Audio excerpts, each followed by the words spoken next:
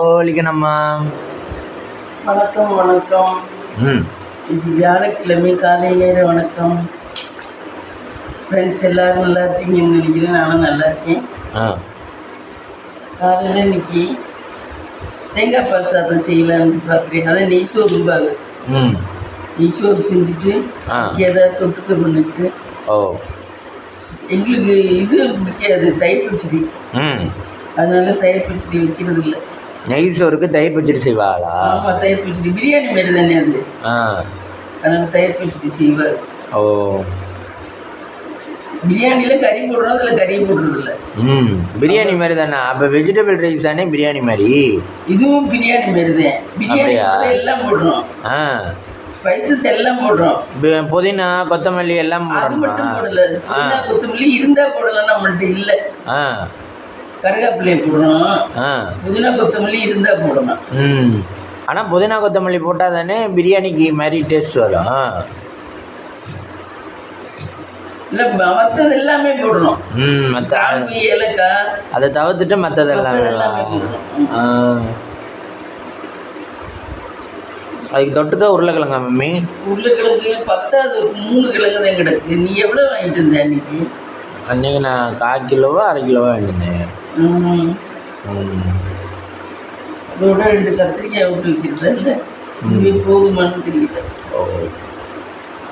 அப்புறம் இப்போ காருக்கெல்லாம் ஜிஎஸ்டி விலை குறைச்சிருக்கா? ஆமாம், நம்ம வீட்டுக்காரெல்லாம் இப்போ 6 லட்ச ரூபா தானா? ஆமாம், இப்போ வந்து நம்ம வீட்டுக்காரும் சரி, இவங்க எல்லா காருமே டாட்டா இருக்குல்ல, டாட்டா நிறுவனம், அந்த நிறுவனம் சொல்லியிருக்கு வரி குறைச்ச ஒரே நாளில் அவங்களுக்கு 10,000 கார் சேல்ஸ் ஆயிருக்கான். டாட்டா நிறுவனம் சொல்லியிருக்கு. அவ்வளோ காருமே விலை குறைஞ்சிருக்கான். நம்ம வந்து 8,44 என்னமோ அது. இப்போ ரொம்ப 6 லட்சத்துக்கு வாங்கலாமா? அப்போ இந்த மாதிரி நேரத்தில் கார் வாங்கினேன். ஆமாம், இது டாக்ஸி இன்னைக்கு குறைச்சி தான் போட போகிறாங்க எப்பயுமே. இல்லை மேமே, திடீர்னு கூட்டினாலும் கூட்டுறதுக்கு எவ்வளோ நேரம் ஆகும்? அப்படியா? ஆமாம், யோசிச்சு பாருங்க. இப்போ திடீர்னு அவங்களுக்கு மணி கம்மியாக இருக்குன்னு வச்சுங்க, 5% டேக்ஸ்லேருந்து நாங்கள் 7% 8% கூட்டுறோம் அப்படின்னு சொல்லிட்டாங்கன்னா அதையும் நம்ம யாரும் அவமதிக்க முடியாது. 5% இவ்வளோதான் குறையும். இல்லை, இப்போ 18% இருந்துச்சான் காருக்கெல்லாம், அதே 8% நம்ம குறைச்சிருக்காங்கன்னு நினைக்கிறேன். 10% குறைஞ்சிருக்கு. ஆமாம், 10% என்ன 50,000 1 லட்ச ரூபா குறையும். அந்த மாதிரி காருக்கு, 2 வீலருக்கு எல்லாத்துக்குமே அந்த மாதிரி குறைச்சிருக்கா. அப்போ இந்த மாதிரி நேரத்தில் தான் இந்த பைக்கு 2 வீலர்லாம் வாங்கணும்.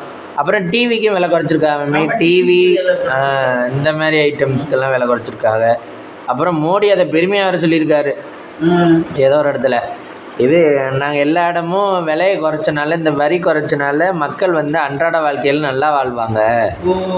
ஏன்னா அவர் தான் பணத்தை கொடுத்து இந்தாங்க ஆளுக்கு இது இவ்வளோன்னு கொடுத்து வாழ சொல்கிற மாதிரி நல்லா வாழ்வாங்க.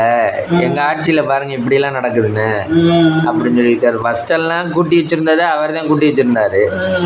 இப்போ குறைஞ்ச உடனே அவங்க பெருமடிச்சுக்கிறா. அவர் ஒரு நாளைக்கு 2 லட்ச ரூபாய்க்கு சட்டையை போட்டுட்டு கவர்மெண்ட் காசுல மக்கள் காசுல 2 லட்ச ரூபாய்க்கு சட்டையை போடுறாரு. அவர் செலவே ஒரு நாளைக்கு 1 கோடி ரூபாய் செய்வார். அதே மாதிரி மம்மி ஒரு நாடும் எல்லா நாடும் சுத்த போயிடுறாரு. ஆமா, மக்களோட வரிப்பணத்திலே. ஆனா முன்னாடி எல்லாம் இந்த பிரதமர்களை கொண்டா இல்லை மம்மி.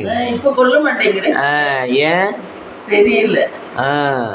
முன்னாடிலாம் நீங்கள் சொல்லுவீங்கல்ல, இது இந்திரா காந்தி அவங்க அதுக்கு எதிராக செஞ்சுட்டாங்க, இதுக்கு எதிராக செஞ்சுட்டாங்க அப்படின்னு சொல்லிட்டு வன்மமாக வச்சுக்கிட்டு போனாங்க.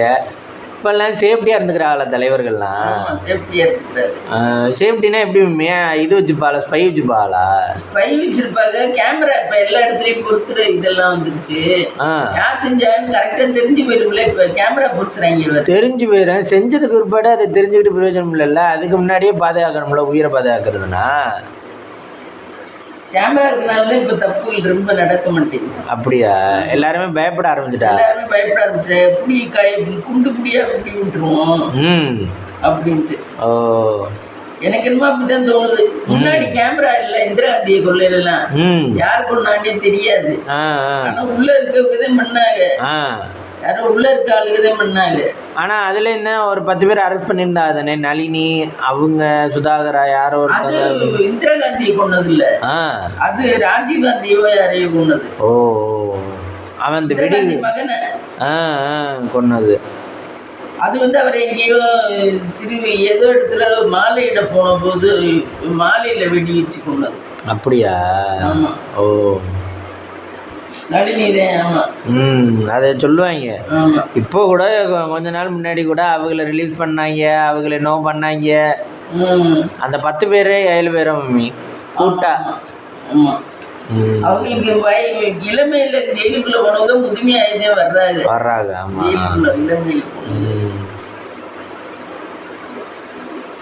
நீங்க யாராவது அந்த மாதிரி ஆயுள் தண்டனை அடைஞ்சு பார்த்துருக்கீங்களா மம்மி? அது இவங்களதான் பார்த்தேன், இதுலதான் பார்த்தேன். நளினி இந்த இந்திரா காந்தி கொண்டது, இவங்களை கொண்டது ராஜீவ் காந்தி. சின்ன வயசுல உள்ள போயிட்டு இப்பதான் வர்றாங்க. அது அந்த அம்மா சொல்லுது மகனுக்கு கல்யாணம் பண்ணணுங்குது. அந்த பையனுக்கு இனிமேதான் கல்யாணம் பண்ணணும், அவனுக்கு 55 வயசு ஆச்சு. சின்ன வயசுல போனது இப்பதான் வர்றானா. 55 வயசு. ஏன் கொலை பண்ணலே தெரியலையா? நம்மளுக்கு ஃபியூச்சர் இருக்கு, நம்மளுக்கு இது இருக்கு, குடும்பம் இருக்கு. டீமா பண்ணி இதுக்கு இவங்க வெளியில தெரிஞ்சது இவங்க, ஆனா யாரோ சொல்லி கொடுத்துதான் பண்ணியிருக்காங்க. இவங்களுக்கு ஒன்றும் விரோதம் கிடையாது, யாரோ வேற கட்சிக்காரங்க யாரோ சொல்லித்தான் பண்ணியிருக்கேன். சரி, அப்படி சொல்லி பண்ணாலே இவங்க குடும்பம் அஃபெக்ட் ஆகும்னு தெரியாதா? கையும் கிளம்ப இப்படி போட்டுருவேன் தானே மாட்டிக்குவேன். அதாவது தப்பை சரியா பண்ண தெரியாதவன் தான் மாட்டிக்கிறாங்க. தப்பை கரெக்டா பண்றவன் நல்லா இருங்க. ஆமா, யாரும் தப்பு பண்ணாம இல்ல, தப்பை கரெக்டா பண்றவன். இப்போ ஒரு இடத்துல ஒருத்தவங்க வர்றாங்க, அவங்கள்ட்ட நாசுக்கா பேசி காரியத்தை சாதிக்கிறதுக்கும் நம்ம போய் இல்லை நான் அப்படித்தான் நீ இப்படித்தானே ஸ்ட்ரைட் ஃபார்வர்டா பேசுறதுக்கு வித்தியாசம் இருக்குல்ல. அது மாதிரி விவாதிக்கிறது தேவையே இல்லை. ஆனா நம்ம எல்லாம் எங்க இருந்தாலும் ஸ்ட்ரைட்டா போய் மாட்டிக்கிட்டு. ஆமா, ஒரு சிலர்லாம் நாசுக்கா அந்தந்த இடத்துக்கு ஏற்ற மாதிரி நடந்துக்கிறாங்க.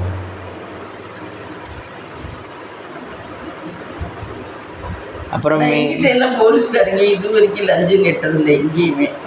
நம்ம செந்திர இடம் விற்க போனோம் பாரு, கூட கேட்கல. நம்மளாதான் ஏதோ கொடுத்தோம், கொடுத்தானா வாங்கிக்கல. சின்ன பையனே வாங்கிக்கல. புதுசா போஸ்டிங் வந்த பையன் இருக்கு, வாங்கிக்கல. அது எவ்வளவு கஷ்டப்பட்டு போய் லேடிஸ்ல வாங்க மாட்டாங்க. அது எங்கே எவ்வளவு கஷ்டப்பட்டு கடந்து வந்திருக்கோம். அது எங்கே மேம் இருந்துச்சு? அரியலூரா? செந்துறையில தான் இருந்துச்சு அந்த இடம். ரோட்டு மேலே இருந்துச்சு. ரோட்டு மேல இந்த டேர்னிங்ல இருந்துச்சுல.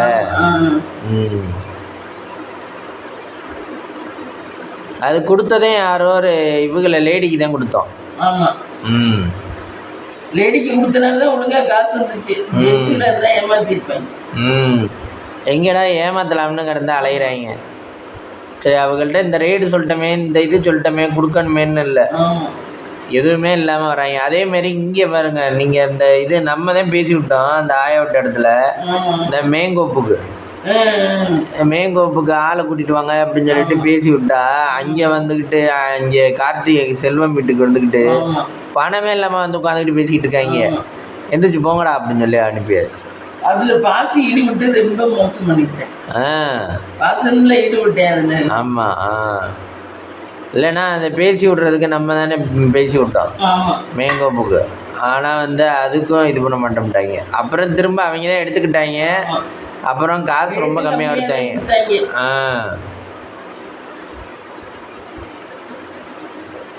ஒருத்தர் அடிச்சு பொழைச்சிடலாம். நம்ம என்ன இதுக்கு போறோம், அந்த நிமிஷம் வேணா நமக்கு சந்தோஷமா இருக்கலாம், அது அடுத்த செகண்ட் நமக்கு வேற விதத்துல போயிடும்.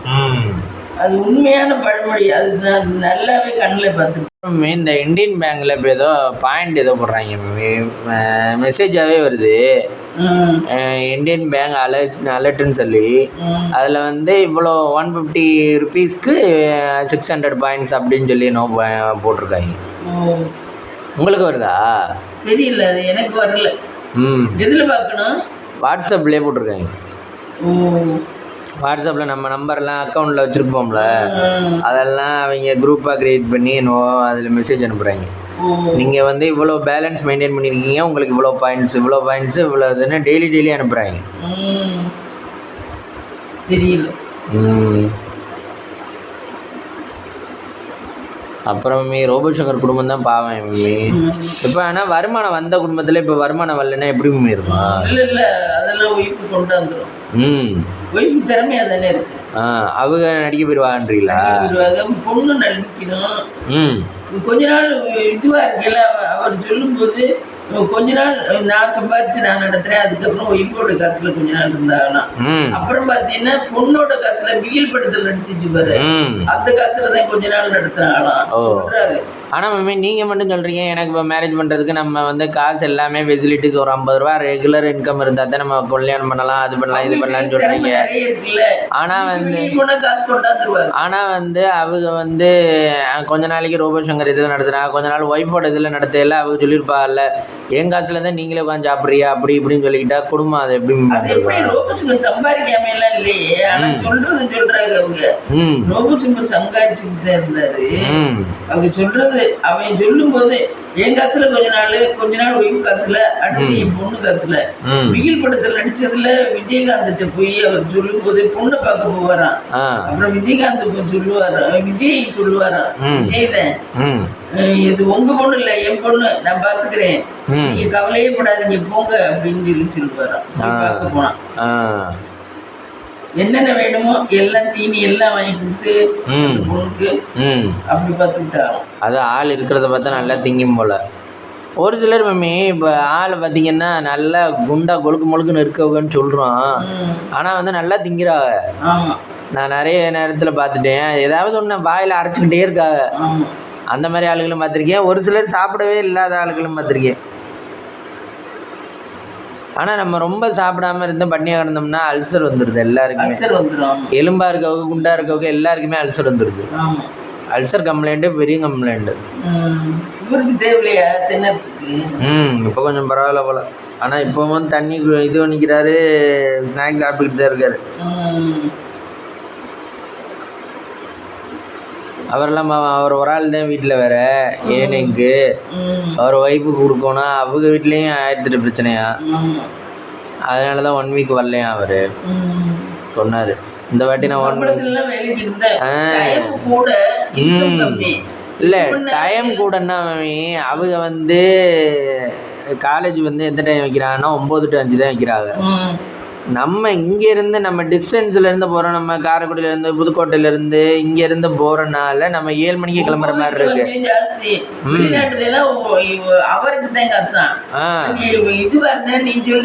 ஆமா ஆமா எடுத்தீங்கன்னா ஒரு பீரியடுக்கு 1000 2000 $2000 இருக்கு. ஒரு பீரியட் கிட்டத்தட்ட 3 பீரியட்னா அன்னைக்கு 6000 ரூபாய். அதுக்கு எடுத்து நீ வேற எங்கேயும் போயிடலாம். ஆமா வேலை பார்க்க வெளிநாட்டுல எல்லாம் அப்படித்தானா? ஆமா அப்படியும் பண்ணலாம். ஆஸ்திரேலியாவில் டீச்சரா போயிருக்கு பொண்ணு போடுது. நான் ஆஸ்திரேலியாவில் டீச்சரா ஜாயின் பண்ணிட்டேன். கிளாஸுக்கு எத்தனை பிள்ளை இருக்குது, டேபிள் சேர் போட்டு நீட்டா கிட்டத்தட்ட 15 பிள்ளை தான் இருக்குது ஒரு கிளாஸுக்கு. 15 பிள்ளை தான் இருக்கு. அதுதான் நடக்குது. அதான் சொல்லுது எனக்கு ஒரு நாளைக்கு இங்கே 10,000 கிடைச்சிது. 5 பீரியட் எடுக்கிறேன், 10,000 கிடைச்சிருது. என்ன அப்படின்னா 30 நாளைக்கு எவ்வளவு ஆகுது? அப்படிதான் இங்க 1 மணி நேரத்துக்கு கணக்கா. இங்கேயும் அந்த மாதிரி கணக்கு வச்சா என்ன, அப்படியாவது கணக்கு வச்சா 1 மணி நேரத்துக்கு 500 ரூபா கூடயா என்ன அப்படி கொடுத்தா நீ ஒரு நாள் ஃபுல்லா மேற்கொண்டு சொதப்புறாங்களே. அதான் இது இங்கே கவர்மெண்ட் காலேஜ்லலாம் அப்படி தானே மம்மி? அப்படியா? கவர்மெண்ட் காலேஜ்லாம் டிஏவை நம்ம வேலை பார்த்தோம்னா டீச்சிங் அசிஸ்டண்டாக இருந்தோம்னா நம்மளுக்கு வந்து அவர் பேசிஸில் தான். இப்போ ஈவினிங் நேரம் காலேஜ் வர்றவங்களுக்கு அதுக்கேற்ற மாதிரி காசு. சார் நான் இத்தனை கிளாஸ் எடுத்திருக்கேன், இத்தனை இது பண்ணியிருக்கேன் அப்படின்னு சொல்லிட்டு அதுக்கேற்ற மாதிரி காசு நம்ம அப்படி கூட கேட்டு போட்டிருக்கலாம். இப்போ எப்படின்னா அண்ணா யூனிவர்சிட்டியில் வந்து ரெகுலராக போட்டிருக்கலாம், ஃபுல் டைமாக போட்டுட்டு ஈவினிங் நேரம் கிளாஸ் வர்றவங்களுக்கு ஈவினிங் நேரம் கொஞ்சம் இருந்து கிளாஸ் எடுத்தோம்னா காசு தருவாங்க. அந்த மாதிரி நம்ம ரெகுலராக போட்டுட்டு பண்ணுறதும் பண்ணி இருந்திருக்கலாம். ஆனால் திவ்யா மேம்லாம் அண்ணா யூனிவர்சிட்டியும் போட்டிருக்காங்க, அவங்க ஆனால் ரெகுலர் கிளாஸ்லாம் எடுக்கலை. அவங்க வந்து கைடு வந்தால் வர்றேன், இல்லைன்னா நான் கிளம்பிடுவேன் சார் அப்படின்னு சொல்கிறாங்க. இதே ஒரு சிலர் அப்படி தான் சொன்னாங்க எனக்கு. இது நீ அண்ணா யூனிவர்சிட்டியில் போட்டு கூட படிக்கலாம். அண்ணா யூனிவர்சிட்டி இப்போ நான் இங்கே படிக்கிறேன்ல, இதே அண்ணா யூனிவர்சிட்டியில் போட்டுக்கலாம். போட்டுட்டு பகல் நேரம்லாம் ஒர்க் இருக்காது. அண்ணா யூனிவர்சிட்டி மீன்ஸ் இது கேம்பஸே அண்ணா யூனிவர்சிட்டி. இப்போ நம்ம வந்து யூனிவர்சிட்டி சர்டிஃபிகேட் தான் அண்ணா யூனிவர்சிட்டி தருது, காலேஜ் வந்து வேறு. இப்போ நான் காலேஜே அண்ணா யூனிவர்சிட்டி சொல்கிறேன். அங்கே வந்து அவர் பேசிஸில் கிளாஸ் எடுக்கலாம்.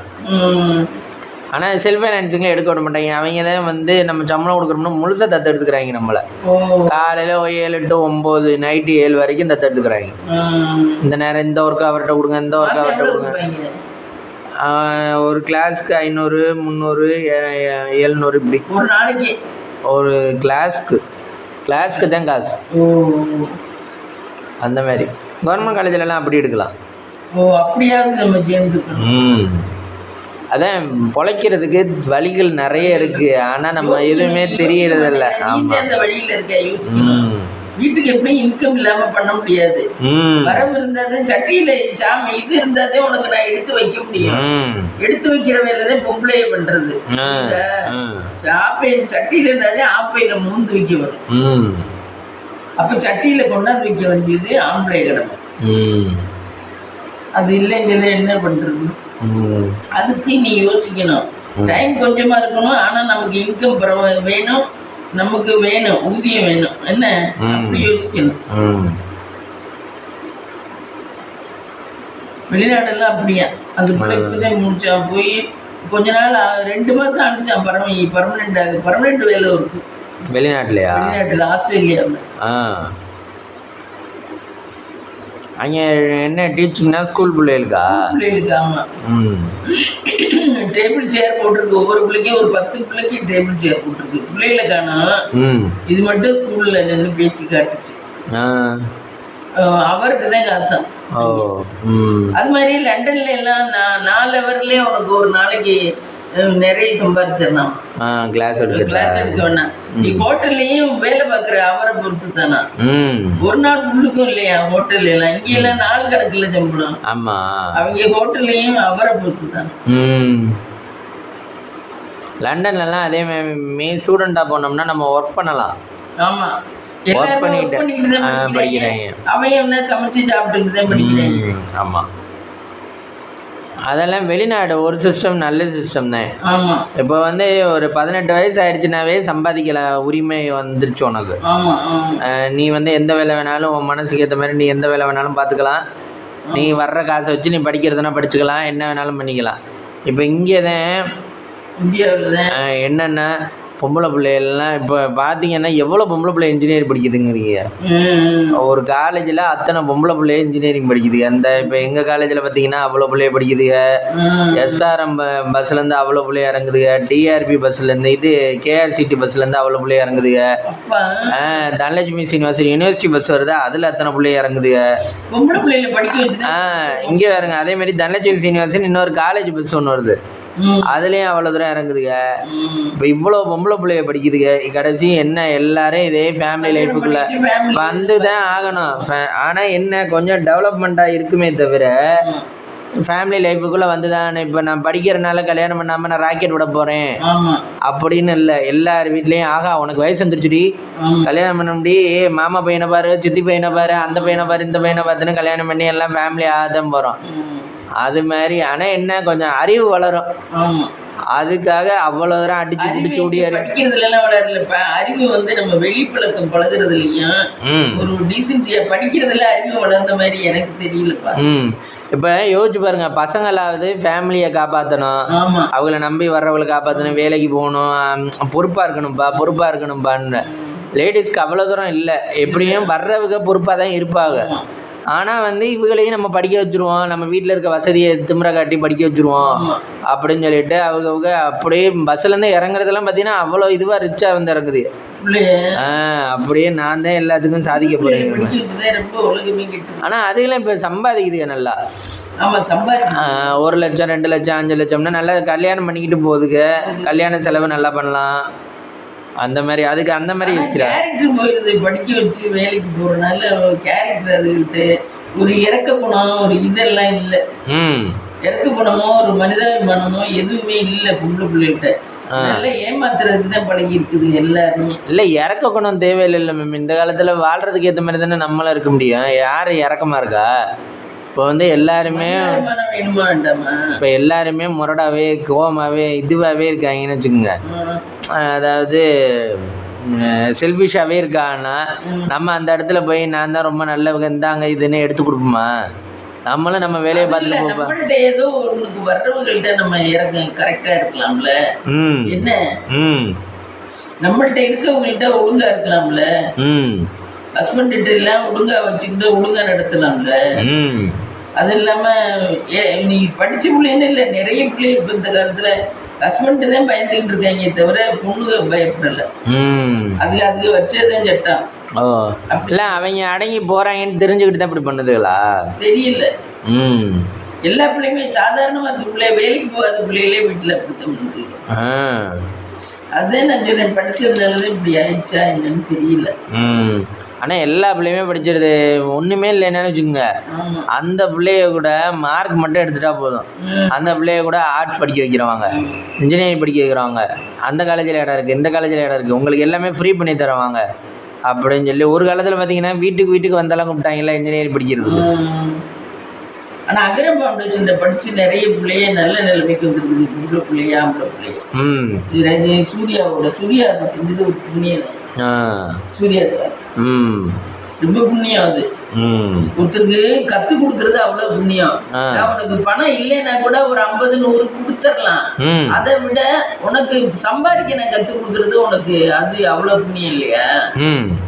அது உன் காலத்துக்கு நீ இதோட தன்மானத்தோட நிக்கல. இதே நான் 50-100 கொடுத்தேன்னா கடனை ஒரு நாள் இல்லாட்டேன் ஒரு நாள் சொல்லி காட்டுவேன், இதே நான் உனக்கு 50-100 தந்தேன் அப்படின்னு. இதே காலத்துக்கு சம்பாதிக்கிறதுக்கு கத்து கொடுத்துட்டாருல சூர்யா. ஆமா, இப்போ டீச்சிங் ஜாபா அந்த மாதிரி தானே மம்மி, நம்ம ஸ்டூடெண்ட்ஸ்க்கு கத்து தானே கொடுக்குறோம். கத்துதான் கொடுக்குறீங்கன்னா அதுக்கு பெனிஃபிட் இல்லையே உங்களுக்கு? எங்களுக்கு பெனிஃபிட் ஓனர் தானே எடுத்துக்கிறேன். ஆனால் நம்மளும் அதே மாதிரி தானே கிட்டத்தட்ட அவங்களுக்கு இதை சொல்லித்தர்றான் அதை சொல்லித்தர்றான், வாழ்க்கையில் முன்னேறது. அந்த பெனிஃபிட்டே இல்லையே. நீங்கள் பார்க்குற வேலை என்னடா வேலைன்னு அழுத்துக்கிற மாதிரி இருக்கு. என்னடா இது ஒரு பொழப்பு, இது ஒரு இதை நம்பி யாராவது இதை நம்பி ஒத்துக்கிறாங்க சொல்லு பார்க்கலாம். நான் யாராவது இது ஒரு வேலைன்னு நம்புறாங்க. ஆனால் ஒரு சிலர் வந்து கொத்தனார் வேலைக்கு போனா கூட படிக்காம அந்த சர்டிஃபிகேட்ல இத்தனை வருஷம் நீங்க வெயிட் பண்ணி கஷ்டப்பட்டு படிச்சு யோசிச்சு பாரு. 4 வருஷத்துக்கு எவ்வளவு எஃபர்ட் போட்டிருப்பீங்க, எவ்வளவு காய்ச்சல் பண்ணிருப்பீங்க. அதுல ஒரு தூசி கூட எடுக்கலையே இந்த வேலையில. காலையில 4 மணிக்கு எழுந்திரிச்சு படிச்சு. ரெண்டாவது கொத்தடிமை மாதிரில இருக்கீங்க. சர்டிபிகேட்டையும் உங்களை கொடுத்துட்டு அவங்க வச்சது அவங்க இன்னைக்கு எனக்கு நீ வேண்டான்னு சொன்னா உடனே வேலையை விட்டு நிக்கிற மாதிரி இருக்கு. என்ன இதுல என்னப்பா நிரந்தரம்? இதுல நிரந்தரம் இல்லையே. இதுவும் கேள்வியும் கேட்க முடியல. சார் என்ன சார் இப்படி பண்றீங்க, என்ன சார் இப்படி இருக்கு, இதை எப்படி சார் இதை சரி பண்ணி கொடுங்க, அது இது பண்ணேன் நீங்க ஏன் சார் இப்படி சொல்றீங்கன்னு நம்ம பக்கம் தரப்பு சொல்லி கேட்கவும் முடியல. அவங்க வச்சு அப்படி சொல்லி கேட்டோம்னா இங்க வர்றான் அவன் அதிகமா பேசுறான்டா அப்படிம்பாங்க. அப்படின்னாக்க இது என்னத்த வேலை கொத்தடிமையா? இதை வெளியில தெரிவிக்கணும்ல, மேலிடத்துக்கு தெரிவிச்சு இதுலயும் ஒரு நியாயம் வேணும்ல. ஆனா நீங்க போகலன்னா காலேஜ் எல்லாம் கல்யாண மண்டபமா எல்லா காலேஜையும் மாத்துவாங்களா? ஆனா நீங்க தான் முதல்ல யோசிக்கணும். நீங்க வேலை பாக்குறவங்க எல்லாருமா சேர்ந்து யோசிக்கணும். பொருளா எல்லாருக்கும் சேர்ந்து மீட்டிங் போட்டு இந்த மாதிரி நம்ம எல்லாரும் சேர்ந்து இந்த மாதிரி கொடுத்தாங்கன்னா போவோம், இல்லைன்னா யாருமே போக கூடாது என்ன அப்படின்னு சொல்லி எல்லாருமா சேர்ந்து யோசிச்சீங்கன்னா அவங்க ஒரு முடிவுக்கு வருவாங்க. காலேஜ்ல கொஞ்சம் ரெஸ்ட்ரிக்ஷன் இருக்கும், அவங்க கொஞ்சம் பயப்படுவாங்க. அதை விட்டுட்டு நீ போகாட்டி போடா, நான் போறேன், எனக்கு 10,000 வருது, நான் போறேன் அப்படின்னு ஒருத்தர் போறது நல்லதே இப்படி ஆகுது. உங்களுக்குள்ள ஒரு ஒற்றுமை இல்லாதனாலதே இது இப்படி ஆகுது. நீங்க வேலை பார்க்குற உங்களுக்குள்ள ஒரு ஒற்றுமை இல்லை. இல்லைன்னா அவங்க அடங்கிதான். அவங்க இத்த பெரிய காலேஜ் கட்டிட்டு என்ன பண்ண முடியும்? எல்லா காலேஜுமே கல்யாண மண்டபம் ஆக்க முடியும் என்ன? அவங்களுக்கு கட்டணம் வேஸ்டா தானே போகும். நீங்க போகலன்னா ஆசிரியர்கள் எல்லாரும் போக மாட்டேன்னு சொல்லி ஒன்னா நின்று என்ன கண்டிப்பா அதுக்கு ஒரு இந்த இப்போ இது எங்களுக்கு 2 மாதம் 3 மாதம் முன்னாடி சேலரி போடையில் ஒரு நாள் லேட்டாக போட்டார். அப்போ கொண்டு போய் கேட்டாலாம். அப்போ சொன்னாராம், இருக்கட்டும் நான் இன்னைக்கு நாளைக்கு சொல்கிறேன், இன்னைக்கு கொண்டு போங்க அப்படின்ட்டாரான் ஓனரு. அதுவே நாங்கள் இப்போ ஸ்டாஃபுக்கு வந்து இன்னைக்கு எல்லாரும் கிளாஸ்க்கு போங்க போய் எடுங்கன்னு சொல்கிறாங்க. நாங்களும் சொல்லலாம்ல, இருங்க நாங்கள் இன்னைக்கு சம்பளம் போட்டால் நாளைக்கு போய் எடுக்கிறோம் அப்படின்னு சொல்லியிருந்தோம்னா அவர் உடனே அடித்து பிடிச்சிக்கிட்டு, ஆக இத்தனை பிள்ளைகளும் சும்மா உட்காந்துருக்குங்க கிளாஸில், போய் அவங்களுக்கு முதல்ல போட்டு அனுப்பி விடுப்பா அப்படின்னு சொல்லியிருப்பாரு. அது மாதிரி அவங்க வேலையை நிறுத்தலாம், ஆனால் நம்ம வேலையை நிறுத்த முடியுமா? அது மாதிரி நீங்கள் தான் ஒற்றுமை வேணும். உங்களுக்குள்ள ஒரு யூனியன் ஒற்றுமை யூனியன் இல்லாதனால தான் பெரும் பிரச்சனையாகவே இருக்குது. அது இருந்திருந்தா உங்களுக்கு ஒரு கிரேடு கிடைச்சிருக்கும், உங்களுக்கு ஒரு கவர்மெண்ட் ஜாப் மாதிரி ஒரு ஆமாம். அது இல்லை. அது ஏன் யூனியன் இல்லை தெரியல. கொத்தனாரில் கூட யூனியன் இருக்கு, உங்களுக்கு ஏன் யூனியன் இல்லை? அதான் அப்படிதான் வச்சுக்கா. இது கொத்தடிமை மாதிரில பார்க்குறீங்க நீங்கள். அவங்க சர்டிஃபிகேட்டையும் வச்சுக்கிட்டு மேற்கொண்டு வேலையை விட்டு இருந்தாலும் தரமாட்டேங்கிறீங்களே. ஆமாம், ஒரு சில இடத்துல சர்டிஃபிகேட்டையும் வச்சுக்கிட்டு தரமாட்டேங்க. ஒரு சில இடத்துல பிடிக்கலன்னா கொடுத்துருவாங்க. மவுச்சி எல்லாம் கொஞ்சம் கரெக்டாக. மவுச்சியன் கரெக்டு இருக்க காலேஜை பொறுத்த அளவுக்கு மவுச்சியன் பரவாயில்ல கரெக்டு. அதே மாதிரி கேஆர்சி எல்லாம் அந்த அவர் வந்தவருக்கெல்லாம் கொடுத்துட்டாங்க, எல்லாம் கொடுத்துட்டாங்க. அதே மாதிரி அமௌண்ட்டும் அவருக்கு வர வேண்டிய அமௌண்ட்டுகள்லாம் கொடுத்துட்டாங்க அந்த மாதிரி. இது டிஆர்பி அதுவும் பரவாயில்ல, அதுவும் நல்ல கரெக்டாக நடத்தணும்னு நினைக்கிறவங்க நடத்துவாங்க. அதான் இந்த கேஆர்சிட்டியில் ஈரோடு மகேஷ் சொன்னார்ல, சார் என்ன சார் நீங்கள் இந்த காலத்தில் போய் இன்ஜினியரிங் காலேஜ் ஸ்டார்ட் பண்ணுறீங்க, கேஆர்சிட்டி ஸ்டார்ட் பண்ணையில சொன்னாங்களாம் அவன் ஃப்ரெண்டுகள்லாம். சார் என்ன சார் கரூர் கேம்பஸ்லேருந்து இங்கே ஸ்டார்ட் பண்ணுறீங்க, இங்கே சார் பிள்ளைகள்லாம் சேருதுல, காசாக வரப்போகுது, நீங்கள் என்ன சார் அப்படின்னாங்களாம். ஆனால் அவர் சொன்னாரா, நான் வந்து ஒரு ஸ்டாண்டர்டாக நடத்தினேன்னா எந்த காலத்துலையும் நான் கரெக்டாக நடத்திடுவேன் அப்படின்னு சொல்லிட்டு தான் நடத்த ஆரம்பித்தாராம். இப்போ மற்ற காலேஜ் எல்லாம் இந்த கொரோனா பீரியடில் இதிலெல்லாம் குறைஞ்சிச்சு பாருங்க, அப்போ கூட கேஆர்சிட்டி கரெக்டாக தான் நடத்துகிறாங்க. அதேமாரி இப்போ மவுன்ஷனில் கூட நர்சிங் ஆரம்பிச்சிருக்காங்க அதர் இன்கம்காக. ஆனால் எனக்கு அந்த சார் சொன்னதான் தெரியுது, இவங்க ஒன்லி வந்து சம்பாதிச்சது மட்டும்தான் கேஆர்சிட்டி ஓனருங்க, இன்ஜினியரிங் மட்டும்தான். நாங்கள் வந்து பாலிடெக்னிக்கோ நர்சிங்கோ ஆர்ட்ஸோ எந்த காலேஜும் எங்களுக்கு வேண்டாம், எங்களுக்கு வந்து இன்ஜினியரிங்கில் மட்டும் நாங்கள் சம்பாதிக்கணும், கரெக்டாக நடத்தணும், சேலரி ஒரு ஆளுக்கு இவ்வளோ திறமை இருக்குன்னா இவ்வளோ சேலரி கொடுக்கணும், கரெக்டாக நடத்தணும் அப்படின்னு சொல்லி தான் நாங்கள் 2 கேம்பஸ் ஆரம்பித்தோம் இதுக்குள்ளேயே. இது வரைக்கும் நல்லா தான் போயிட்டுருக்கு, 20 வருஷம் எங்களுக்கு 25 வருஷம் ஆச்சு, நல்லா தான் போயிட்டுருக்கு அப்படின்றாங்க. அதனால நடத்துறது தான் இப்போ பிரச்சனை மம்மி. அவங்க மணி எங்கிட்ட இருந்தாவது கொண்டு வந்து நடத்தணும். மனிதன் பிள்ளையை சேர்த்ததுக்கிட்ட நல்ல வாங்குறாங்க, வாங்கி நம்ம நல்லபடியாக நடத்த வேண்டியதான். இத்தனை லட்சம் ஆப்ஷன் தங்குறதுக்கு இத்தனை லட்சம் வாங்கித்தானே சேர்க்கிறாங்க, மணி எல்லாம் வாங்குறாங்க தான். ஒன்றும் இல்லை, நம்ம ஒரு ஸ்கூல் சின்ன ஸ்கூல் நடத்தினோம்னாவே நமக்கு நல்ல இன்கம் கிடைக்கும். பேபி ஸ்கூல் சின்ன பிள்ளைகளுக்கு 5th வரைக்கும் உள்ள ஒரு ஸ்கூல் நடத்துறோம்னாவே கன்ஃபார்மா கண்டிப்பா நமக்கு ஒரு மாசத்துக்கு இல்ல, ஆமா ஒரு மாசத்துக்கு 2 லட்சம் 1 லட்சம் கிடைக்கும்பா. ஸ்கூல் நடத்துறோம்னாவே கன்ஃபார்மா கிடைக்கும். டீச்சர்ஸ் எல்லாம் மேய்க்கணும், நம்ம கொஞ்சம் இது மேனேஜ்மெண்ட் நடத்தணும், மேனேஜ்மெண்ட் எல்லாம் பார்க்கணும். அது மற்றபடி ஸ்கூல் நடத்தினாவே உனக்கு ஒரு மாசத்துக்கு 1 லட்சம் கிடைக்கும். ஏன்னா தாரணேஜ் படிச்சேன் பாரு, அந்த ஸ்கூல்ல இருந்து அந்த கரஸ்பாண்டன்ட் சொல்லணும், அந்த கரஸ்பாண்டன்ட் போய் நாங்க பேசும்போது அந்த கரஸ்பாண்டன்ட் சொல்லணும். ஏன்னா ஸ்கூல் நடத்துறதுல 15 பிள்ளை 20 பிள்ளை தான் இருக்கும். ஆமா 20 ஒரு கிளாஸ்க்கு 10 பிள்ளை இருக்கும், அப்படிதான் இருக்கும். ஆனா 40 பிள்ளைய மொத்தம் இருக்குன்னு வச்சுக்க, ஸ்கூல் நடத்துறதுல ஒரு மாசத்துக்கு 1 லட்சம் ரூபாய்க்கு மேல பெனிஃபிட் நிக்குமா ஸ்கூல் நடத்துறவே. அப்ப காலேஜ்ல ஒண்ணுமே கிடைக்காதா? ஆமா இவ்வளவு பிள்ளைய படிக்குதுங்க கிடைக்கும். அதுதான் அவங்க டீச்சர்ஸுக்கு சம்பளம் கொடுத்தது போது சொன்னேன்னா, டீச்சர்ஸுக்கு எல்லாம் சம்பளம் கொடுத்து வாடகை எல்லாம் கொடுத்தது போது அவங்களுக்கு லாபம் மட்டும் நிக்கிறது 1 லட்சம் ரூபாய். பரவாயில்ல, ஸ்டூடெண்ட்ஸ் உபயோகப்படுத்திட்டு போயிருங்க, கட்டணம் நம்மளுக்கு. நீங்க அப்படி கூட நடத்தலாமே, படிச்சிருக்காப்புல அப்படி கூட கல்யாணம் பண்ணிட்டு அப்படி கூட துணிஞ்சு நடத்தலாமே. எங்கேயாவது ஒரு இதை வாடகைக்கு எடுத்து அப்படி நடத்துனீங்கன்னா கூட உங்களுக்கு இன்கம் நிறைய இருக்கும். நீங்க அதை விட்டுட்டு இந்த வேலைக்கு 10,000க்கு 20,000க்கு ஓடிக்கிட்டே வாழ்க்கையே நாசம் பண்ணிட்டதுன்னா உங்களுடைய ஃபியூச்சரே போயிடும். அதே வெங்காயம் தக்காளி எல்லாம் நறுக்கிருக்கேன், இது உருளைக்கிழங்கு ஃப்ரை, இது வந்து பீட்ரூட் ஜூஸ் போட்டு குடிக்கணும்னு நறுக்கி வச்சிருக்கேன் உங்களுக்கா. ஆமா இது வந்து வெங்காயம் வந்து இதுக்கு அந்த பால் சோறு நெய் சோறு அவ்வளோதான். வாங்க சமைச்சிட்டு பார்க்கலாமா? ஆமா பிரேக்ஃபாஸ்ட் பார்த்தீங்கன்னா தோசை ம் வெங்காய கொசு, ம் வெங்காயம் தக்காளி எல்லாம் போட்டு வெங்காய கொசு. மதியத்துக்கு வந்து இது ஃப்ரைட் ரைஸ் மாதிரி, ம் தேங்காய் ஃப்ரைட் ரைஸ் தேங்காய் பால் ஊற்றி ம் ஃப்ரைட் ரைஸு, உருளைக்கிழங்கு வறுவல். ம் இதான் ஃப்ரெண்ட்ஸ் இன்றைக்கி நம்ம வீட்டில் லஞ்ச் அண்ட் பிரேக்ஃபாஸ்ட். வாங்க சாப்பிடலாம். இந்த வீடியோ பிடிச்சிருந்தா லைக் பண்ணுங்கள், ஷேர் பண்ணுங்கள், கமெண்ட் பண்ணுங்கள், சப்ஸ்கிரைப் பண்ணுங்கள்.